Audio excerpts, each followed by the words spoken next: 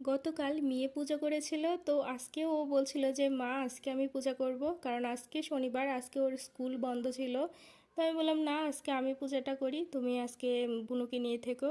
তো তারপরে এই তো স্নান সেরে পূজার ঘরে চলে আসলাম। আর গতকাল যেহেতু মেয়ে পূজা করেছিল, ও মানে অনেকটাই গুছিয়ে করেছে, তারপরেও এলোমেলো করে রেখেছে, তার জন্য আমি সব কিছু গুছিয়ে সুন্দর করে মুছে নিলাম আর পূজাটাও করে নিলাম। এরপর আমার ছোট মামুনিটার খিদে পেয়েছে, তো ওর জন্য একটু দুধ গরম করে নিলাম। আর ও খুবই কান্না করছিল, তার জন্য ওকে একটু বেলকনিতে নিয়ে আম গাছের ফুলগুলো দেখিয়ে ওকে একটু খাইয়ে দিলাম। এরপরে আমি চলে আসলাম রান্না করতে। আর গতকাল যেহেতু একাদশী গেছে, আজকে যেহেতু দ্বাদশী, তার জন্য আজকে রান্না করেছিলাম নিরামিষ সোয়াবিনের তরকারি, সাথে শাক ভাজি করে নিয়েছিলাম।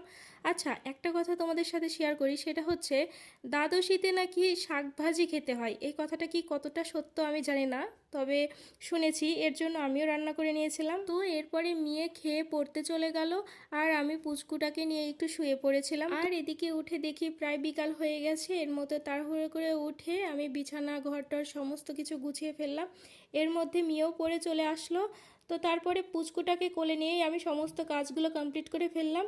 আর মেয়ে এসে বলছে মা খিদে পেয়েছে, তো এরপরে ও একটু খেয়ে নিল, সাথে আমি পুচকুটাকেও একটু খাইয়ে দিলাম।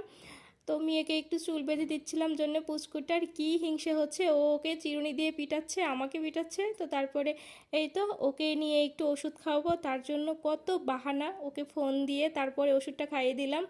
তো আজকে ভিডিওটা এই পর্যন্তই। তোমরা ভালো থাকো, সুস্থ থাকো, আরও অনেক গল্প হবে তোমাদের সাথে।